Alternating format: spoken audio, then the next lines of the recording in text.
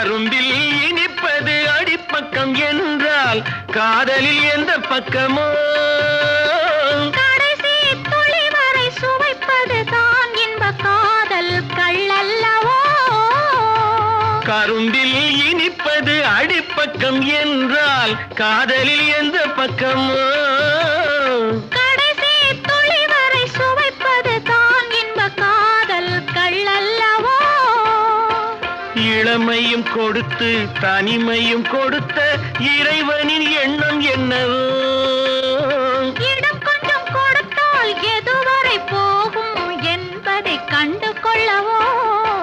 அம்மம்மா அம்மம்மம்மா. முத்து பவளம் முக்கனி சர்க்கரை மூடி வைக்கலாமா? மொட்டு மலர்கள் கட்டும் முன்னே மோகம் கொள்ளலாம்.